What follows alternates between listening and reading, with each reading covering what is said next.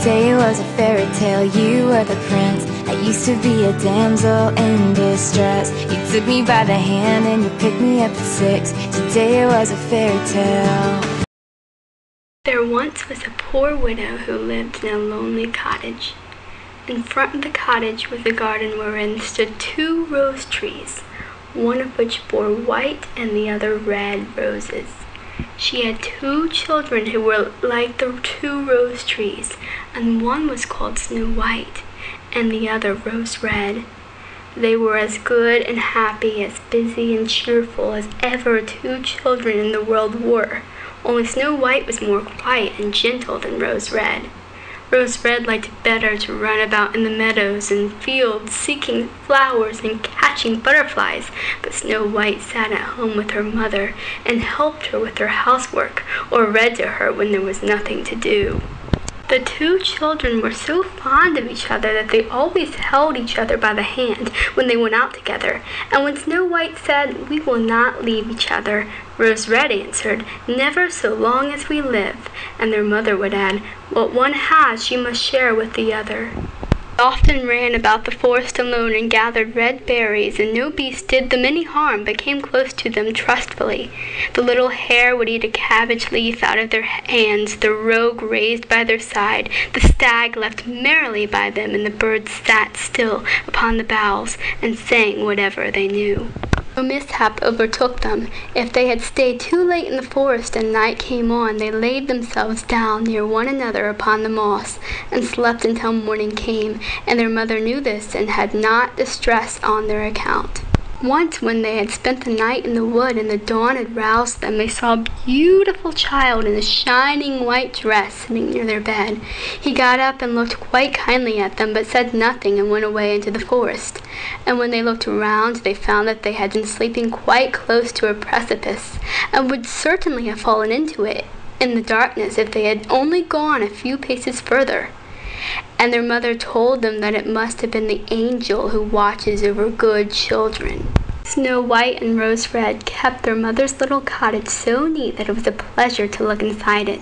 In the summer, Rose Red took care of the house, and every morning laid a wreath of flowers by her mother's bed before she awoke, in which was a rose from each tree. In the winter, Snow White lit the fire and hung the kettle on the wreathkin. The kettle was of copper and shone like gold, so brightly was it polished. In the evening, when the snowflakes fell, the mother said, "Go, Snow White, and bolt the door." And then they sat around the hearth, and the mother took her spectacles and read aloud out of a large book, and the 2 girls listened as they sat and span. And close by them lay a lamb upon the floor, and behind them upon a perch sat a white dove with its head hidden beneath its wings. One evening, as they were thus sitting comfortably together, someone knocked at the door as if he wished to be let in. The mother said, "Quick, Rose Red, open the door. It must be a traveler who is seeking shelter." Rose Red went and pushed back the bolt, thinking it was a poor man, but it was not. It was a bear that stretched his broad black head within the door. Rose Red screamed and sprang back. The lamb bleated, the dove fluttered, and Snow White hid herself behind her mother's bed. But the bear began to speak and said, "Do not be afraid. I will do you no harm. I am half frozen and only want to warm myself a little beside you." "Poor bear," said the mother, "lie down by the fire. Only take care that you do not burn your coat." Then she cried, "Snow White, Rose Red, come out. The bear will do you no harm. He means well." So they both came out, and by the lamb and dove came nearer and were not afraid of him. The bear said, "Here, children, knock the snow out of my coat a little." So they brought the broom and swept the bear's hide clean, and he stretched himself by the fire and growled contentedly and comfortably. It was not long before they grew quite at home and played tricks with their clumsy guest. They tugged his hair with their hands, put their feet upon his back, and rolled him about, or they took a hazel switch and beat him, and when he growled they laughed. But the bear took it all in good part. Only when they were too rough he called out, "Leave me alive, children. Snowy White, Rosy Red, will you beat your lover dead?" When it was bedtime and the others went to bed, the mother said to the bear, "You can lie there by the hearth, and then you will be safe from the cold and the bad weather." As soon as day dawned, the 2 children let him out, and he trotted across the snow into the forest. Henceforth the bear came every evening at the same time, laid himself down by the hearth, and let the children amuse themselves with him as much as they liked, and they got so used to him that the doors were never fastened until their black friend had arrived. When spring had come and all outside was green, the bear said one morning to Snow White, "Now I must go away, and cannot come back for the whole summer." "Where are you going, then, dear bear?"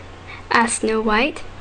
"I must go into the forest and guard my treasures from the wicked dwarfs. In the winter, when the earth is frozen hard, they are obliged to stay below and cannot work their way through. But now, when the sun has thawed and warmed the earth, they break through it and come out to pry and steal, and what once gets into their hands and in their caves does not easily see daylight again."